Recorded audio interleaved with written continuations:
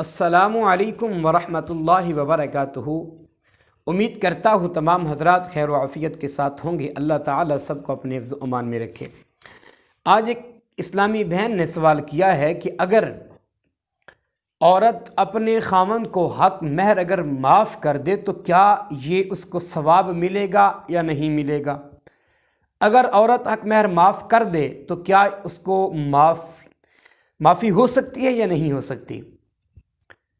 سب سے پہلی بات تو یہ ہے کہ رسول پاک صلی اللہ تعالیٰ علیہ وآلہ وسلم کی ذات مبارکات نے جو حق مہر کا حکم دیا ہے وہ یہ ہے کہ اگرچہ وہ شخص پہلے سے یہ نیت رکھتا ہو کہ میں اپنی زوجہ سے حق مہر معاف کرواؤں گا تو یہ بھی غلط، اگر وہ زبردستی معاف کروانا چاہے تو یہ بھی غلط۔ یہ دونوں طریقے شریعت کے خلاف ہیں، ایسا ہرگز نہیں ہونا چاہیے۔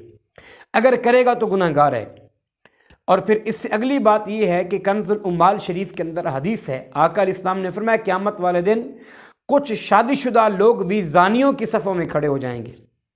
تو جب پوچھا جائے گا کہ یہ کیا ہے کہ یہ تو شادی شدہ لوگ تھے، تو جواب دیا جائے گا یہ وہ لوگ ہیں شادی تو کی تھی انہوں نے لیکن اپنی بیوی کو حق مہر نہیں دیا تھا۔ اس لیے اس معاملے میں تھوڑا سوچنا اور سمجھنا چاہیے۔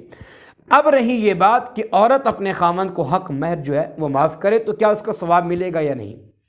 ہاں، مسند احمد کے اندر حدیث موجود ہے کہ ہمارے رسول پاک نے ارشاد فرمایا کہ جو عورت خوشی سے اپنے خاوند کو حق مہر معاف کر دے تو اللہ تعالیٰ قیامت والے دن اس کو اپنے عرش کا سایہ عطا فرمائے گا۔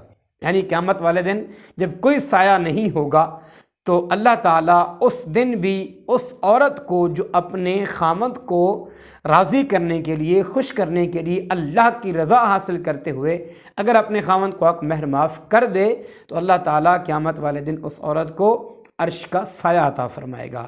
اللہ تعالیٰ ہم سب کو صحیح دین متین سمجھنے کی توفیق عطا فرمائے۔